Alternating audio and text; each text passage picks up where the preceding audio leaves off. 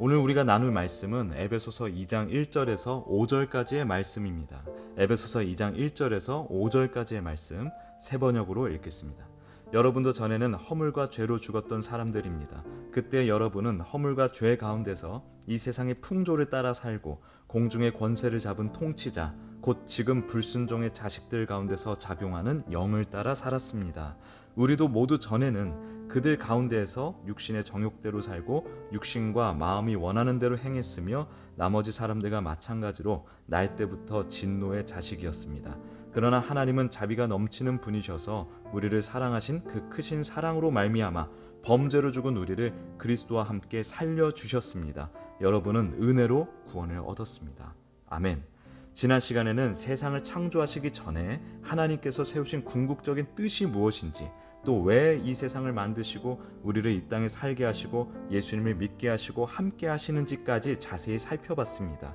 삼일체 하나님만이 누리시는 영원 무궁하신 사랑을 함께 나누기 위한 대상으로 창세전에 하나님의 자녀들이 이미 택정하시고 그 자녀들에게 하나님을 온전히 가르쳐주기 위하여 이 세상을 만드신 것이라고 말씀드렸죠.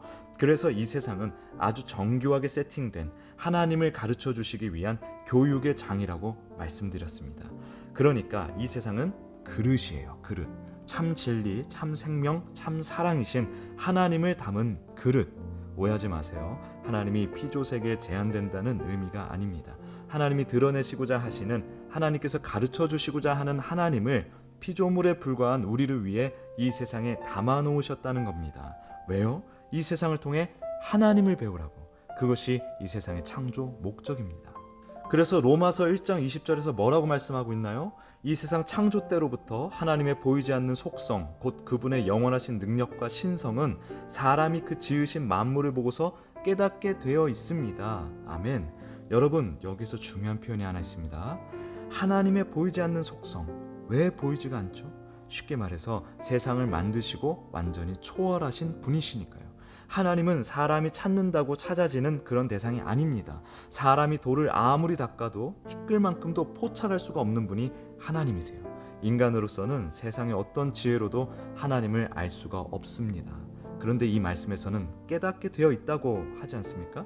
무슨 얘기죠? 하나님은 아무도 깨달을 수 없는 게 맞아요. 그런데 하나님의 자녀, 이 세상을 만드신 목적인 하나님의 자녀는 만물을 보고 하나님의 신성과 능력을 깨닫게 되어 있다는 것입니다. 아무나 깨닫는 게 아니에요. 하나님의 자녀만 깨닫는 것입니다. 하나님의 자녀가 아니면 평생 세상의 온갖 것들을 다 보고 경험해도 와, 멋지네, 예쁘네, 대단하네 하고 끝이라는 거예요. 그런데 하나님의 자녀는 세상을 보면서 하나님을 보더라 이 말입니다. 세상의 이치를 깨달으면 깨달을수록 거기에 머무는 것이 아니라 하나님을 더욱 깊이 배우게 된다는 거예요. 이게 하나님의 자녀입니다. 본래 인간은 그런 존재였다는 거예요. 세상을 통해 하나님을 알아보고 배우고 깨달을 수 있는 존재 말입니다. 이것이 하나님과 연결되어 하나님께로부터 생명력을 공급받아 사는 본래 인간의 실존입니다. 그러니 보세요. 얼마나 가치롭고 아름다운 존재란 말입니까? 그렇죠? 그런데 문제가 생겼죠. 그게 뭡니까? 죄입니다. 죄가 뭐냐면 스스로 내 인생의 하나님이 되는 것입니다. 내 인생의 주인 노릇하는 것입니다. 하나님과의 연결을 스스로 파괴하는 것이고 하나님의 생명의 공급을 끊어버리는 것입니다. 스스로 있는 자이신 하나님 대신 자신이 스스로 있는 자 노릇하는 것입니다.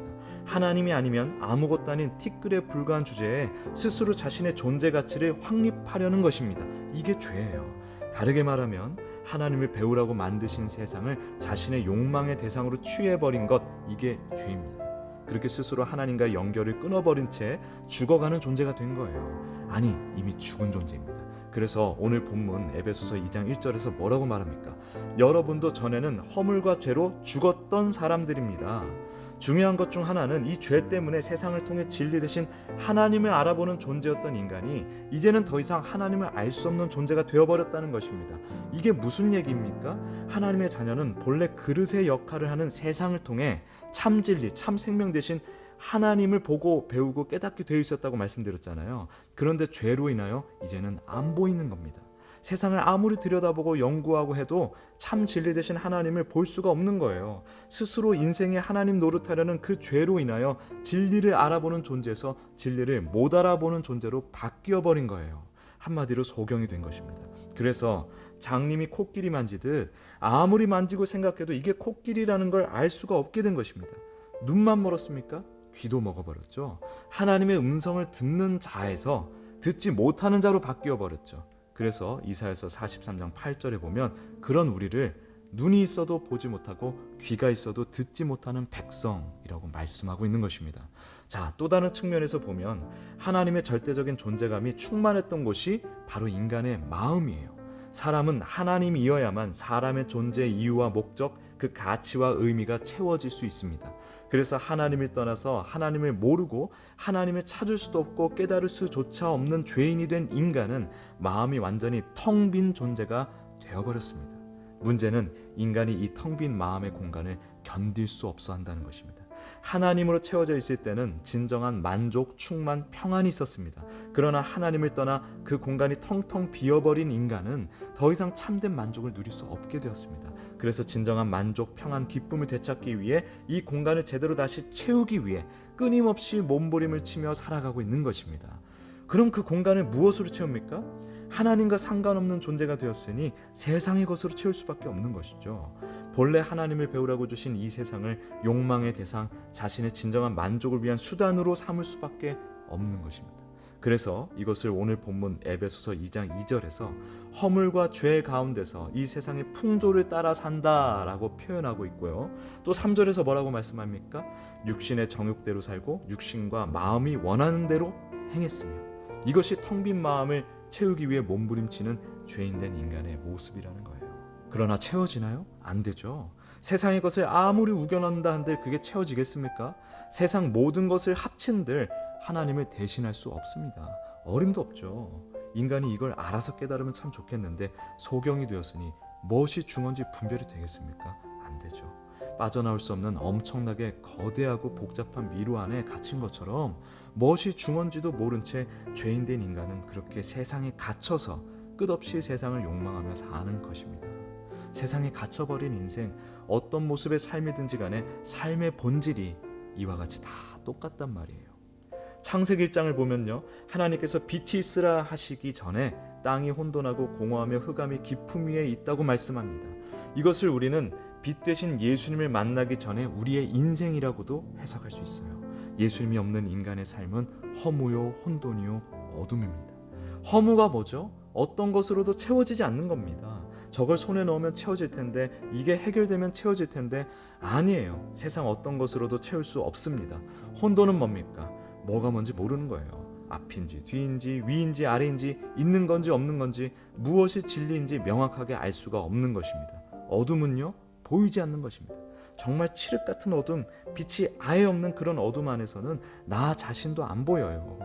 진리는 막론하고 세상뿐 아니라 나 자신도 보이지 않는 게 어둠이에요. 어둠.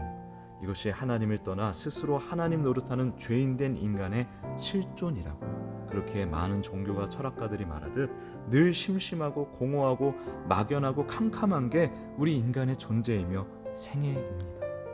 그리고 그러한 절망적인 실존을 확증시켜주는 것이 있죠. 바로 죽음입니다.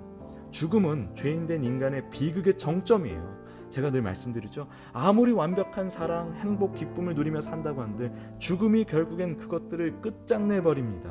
그래서 사랑의 반대말은 미움 증오가 아니라 죽음이라고 말씀드리는 거예요. 욕망을 마음껏 채우며 사는 인간이나 세상에서 가난하고 힘들고 고통만 당하는 인간이나 결국은 다 똑같아요. 언젠가 반드시 죽습니다. 우리는 결국 죽음을 향해 나아가는 인생들입니다. 이 죽음을 극복하지 못하는 한 모든 인생은 그저 허망한 것입니다. 죽음은 우리 인생에 있어서 가장 중요한 문제입니다. 그런데 사람들은 죽음을 외면하거나 무시하거나 어떤 식으로든 왜곡하거나 미화시키거나 그렇게 살아가고 있다는 거예요. 그 모습들조차도 허망함 그 자체죠. 죄와 죽음, 이것들이야말로 정말 참혹한, 엄혹한 우리의 현실이며 우리가 반드시 해결해야 할 가장 중요한 문제예요. 잘 따라오고 계시죠? 한편 죄인이 된 인간은 늘 진리를 향한 갈망이 있습니다.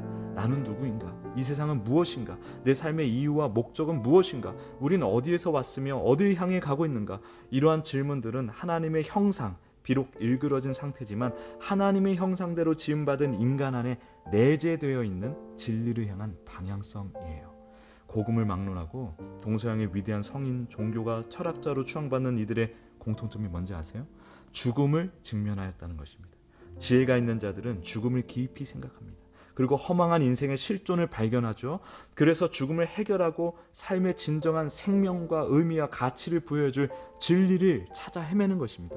그래서 여러 사람들보다 많은 진리의 파편들을 발견할 수 있었고 나름대로 맥락을 정리하여 사람들에게 전하고 가르쳐 왔던 것이죠. 그러나 당연한 얘기지만 인간은 그저 진리의 파편을 발견하고 마음대로 해석할 수 있을 뿐이지 그 누구도 참 진리 대신 하나님께는 이를 수 없습니다.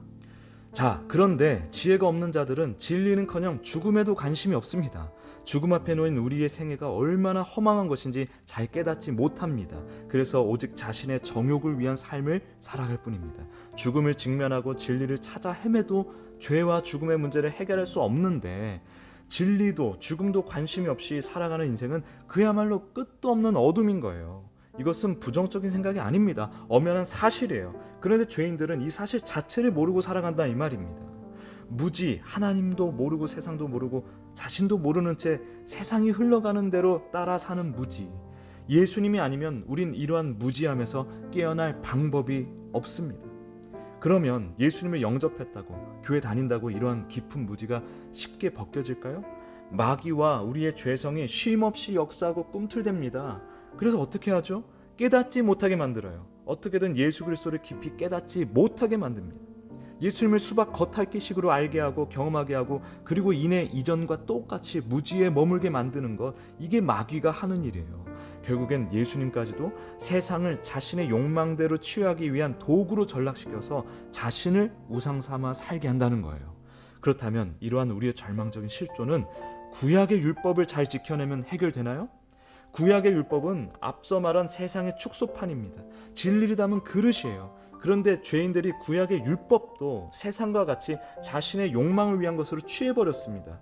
율법을 생존과 번영을 위한 도구로 전락시켜버린 것입니다. 인간의 죄와 무지함이 하나님의 율법 앞에서 오히려 더욱 선명하게 폭로가 되는 거예요. 죄인의 그 지독한 죄성과 무지 때문에 세상의 이치로도 구약의 율법으로도 하나님을 하나님이 원하시는 대로 깨달을 수 없는 존재, 그것이 인간이다. 이것이 예수님을 만난 우리가 반드시 가져야 할 너무나 중요한 깨달음이에요. 정말 중요합니다. 예수님을 만나 날마다 깊은 사랑의 관계로 나아가고 있다면, 또 그러고 싶다면 반드시 이 깨달음을 수시로 만나야 합니다. 빛이 선명할수록 어둠의 어둠됨이 더욱 낱낱이 드러나는 것처럼 그래야 예수 그리스도를 통해 하나님의 사랑과 은혜가 더욱 새롭고 풍성하게 발견되는 것입니다. 엄청난 은혜의 선순환이죠. 예수님이 오셔서 우리의 죄인됨의 연약함과 한계를 깊이 깨닫게 하시고 나아가 예수님의 가치를 더 풍성히 발견하게 하시면 그로 인해 또한 우리의 어둠됨이 새롭게 드러나고 그로 인하여 다시 예수 그리스도를 통하여 하나님의 사랑과 은혜를 이전보다 더 크고 놀랍게 발견하게 되는 것, 얼마나 놀라운 은혜의 선순환입니까? 그러므로 우리의 죄와 무지, 절망적인 실존에 대해 지속적으로 깨달아가는 것은 너무너무 중요한 것입니다. 그런데 예수님을 믿는다면서 이러한 깨달음을 부정적이고 냉소적이라면서 도리어 거부를 하고 있으니 이게 얼마나 안타까운 일입니까? 안 그렇습니까? 우리의 어둠됨이 그리스도 앞에서 낱낱이 폭로되는 이 일은 실상은 은혜란 말이에요. 그런데 이걸 계속 불편해하고 터부시하고 있으면 어떻게 합니까? 그건 여전히 우리가 선악 판단의 주체가 되어 하나님 노릇을 하고 있다는 겁니다. 내 눈에 좋아 보이는 것만 좋다는 거예요. 그것만 달라는 거예요. 그게 뭐예요? 우리가 찾는 하나님이 결국 아론의 금송아지라는 얘기 아닌가요? 그렇잖아요. 결국 구약의 백성들처럼 율법적인 종교 행위로 자신의 신앙을 하나님 앞에 입증하려 애쓰면서 그것을 하나님 앞에 공로로 내세워서 자신의 욕망을 충족시켜달라고 하는 겁니다. 이건 우리 모두의 모습입니다. 특정한 사람들만 그러는 게 아니라 우리 전부가 가진 완악함이자 연약함인 거예요. 이해되시죠? 그러니 여러분, 우리의 죄성이란 게, 또 마귀의 미혹이라는 게 얼마나 깊고 무서운 것입니까? 죄와 무지 안에 한없이 갇혀있게 만드는 겁니다. 그러면 어떻게 해야 합니까? 이렇게 겹겹이 나를 에워싸고 있는 죄의 성벽들, 이미 하나님을 떠나 무지 속에서 죄에 이끌려 이 세상 속에서 나라는 성벽을 끊임없이 쌓아가고 있는 우리, 예수님을 믿게 된 은혜를 입었으면서도 결국엔 또다시 죄의 길을 걷게 되는 우리, 어떻게 해야 되냐고요. 우리로선 안 됩니다. 우리 스스로를 구원할 수 없고 우리의 존재를 개선할 수 없습니다. 그러니 오로지 하나님이 하셔야 하는 것입니다. 하나님의 은혜만이 우리를 건져내시는 거예요. 그래서 예수 그리스도께서 오신 것입니다. 철저히 무지하고 악한 소경들이어서 어떻게든 죄의 법을 따라가는 자녀들을 위해, 스스로를 도무지 구원할 수 없는 자녀들을 위해 아예 참 진리 참 생명 되신 성자 하나님께서 직접 오셔서 그가 나다, 나를 보는 자가 아버지를 보는 자다, 내가 길이요 진리요 생명이다, 나를 말미암지 않고서는 아무도 하나님께 이를 수 없다, 나를 보라 믿으라, 그리하면 너희의 본래 신분인 하나님의 자녀로 회복시켜 주겠다. 할렐루야. 그런데 그 은혜가 우리가 흔히 상상하는 것처럼 마냥 부드럽고 포근하기만 한 그런 것이 아닙니다. 그 은혜는 하나님께서 강권적으로 나를 침략하시는 것이며, 견고한 죄의 성벽, 우리가 나라고 인지하는 죄인된 나를 무너뜨리고 부수는 것입니다. 나를 강제적으로 움켜쥐고 인과율의 세계에서 끄집어내어 흔들어 깨우고 진정한 생명의 길, 진리의 길로 끌고 가는 것입니다. 이런 차원에서 보면요, 영적 전쟁이란 하나님과 내가 싸우는 겁니다. 하나님이 마귀랑 싸웁니까? 마귀는 하나님의 종입니다. 우리가 마귀와 싸웁니까? 그건 맞죠. 그런데 마귀와 싸우는 방법이 마귀와 마주하며 드자비질하는 겁니까? 아니에요. 우리의 싸움은 예수 그리스도를 붙드는 싸움입니다. 예수님을 붙드느냐 안 붙드느냐의 싸움이지 밤낮 마귀 탓하고 멱살 잡는 게 아니란 말이에요. 하나님의 관심사는 오로지 하나님의 자녀들에게만 있습니다. 하나님께서 하나님의 자녀를 의롭다 하시고 의로움에 합당한 존재로 빚어가시는 그 과정이 바로 영적 전쟁인 거예요. 내가 쌓아나가고 있는 나라는 바벨탑을 무너뜨리시는 것, 예수님이 그 일을 하고 계신 것입니다. 그 과정이 우리에게 매우 긴 고통의 시간일 수 있습니다. 그러나 놀랍게도 평생에 걸친 그 예수님과 나의 전쟁이 나를 예수님과 하나 되게 만드는 진정한 사랑의 가족으로 엮어내는 놀라운 은혜라는 겁니다. 하나님은 집요하십니다. 집요하게 우리를 사랑하십니다. 그리고 동시에 집요하게 우리의 죄와 무지를 싫어하십니다. 그래서 본래 하나님의 사랑을 함께 누릴 대상으로 택정하신 우리를 순결하고 고귀한 하나님의 자녀로 완성해내기 위하여 끊임없이 죄를 생산하는 나를 부수고 죽이고 계신다는 거예요. 할렐루야. 물론 너무 힘든 과정입니다. 그러나 기억하십시오. 이 시간은 하나님 나라에서 누릴 영원히 영광된 삶에 비하면 찰나와도 같습니다. 아무것도 아닙니다. 로마서 8장 18절, 생각하건대 현재의 고난은 장차 우리에게 나타날 영광과 비교할 수 없도다. 아멘. 이 말씀이 이런 의미라는 거예요. 꼭 기억하십시오. 아시겠죠? 자, 하나님은 우리를 절대로 가만 놔두시지 않으십니다. 성령님이 아예 우리와 함께 하시며 성경 말씀을 통해 우리 인생의 모든 만남과 사건을 통해 결국엔 나를 무너뜨리시며 예수님과 온전한 연합, 깊고 풍성한 사랑의 교제로 인도하실 것이고 이미 인도하고 계십니다. 하나님은 포기하지 않으세요. 그러니 우리가 포기해야 합니다. 아니, 포기할 수 있게 해달라고 더욱 강구해야 합니다. 그리고 우린 하나님을 오해할 때가 많고 이해할 수 없을 때가 많지만 우리를 향한 하나님의 진심을 계속해서 확인하고 붙들어야 합니다. 이를 위해 기도해야 하고 이를 위해 말씀을 부지런히 읽고 묵상해야 하는 것입니다. 하나님은 오늘도 우리에게 이렇게 말씀하십니다. 예레미야 29장 11절에서 13절 말씀입니다. 여호와의 말씀이니라. 너희를 향한 나의 생각을 내가 아나니 평안이요 재앙이 아니니라. 너희에게 미래와 희망을 주는 것이니라.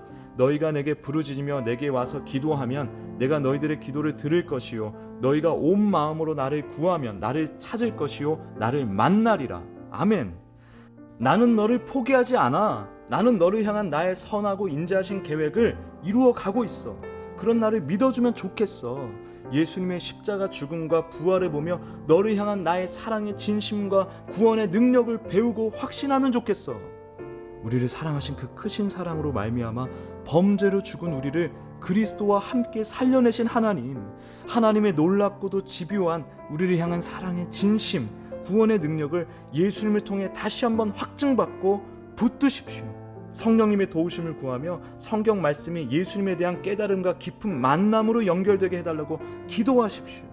예수님을 만나면 우리는 우리의 불가능성을 고통스럽게 직면하게 됩니다. 그러나 그 과정을 지나 너무나 놀랍고 아름다운 예수 그리스도의 은혜를 감상하고 누리게 될 것입니다. 삶이 어렵습니까? 고난이 끝이 없습니까? 여러분, 이 말씀을 붙드십시다. 같이 읽으며 마무리하겠습니다. 요한복음 16장 33절 말씀입니다. 이것을 너희에게 이르는 것은 너희로 내 안에서 평안을 누리게 하려 함이라. 세상에서는 너희가 환난을 당하나 담대하라. 내가 세상을 이기었노라. 아멘. 기도하겠습니다.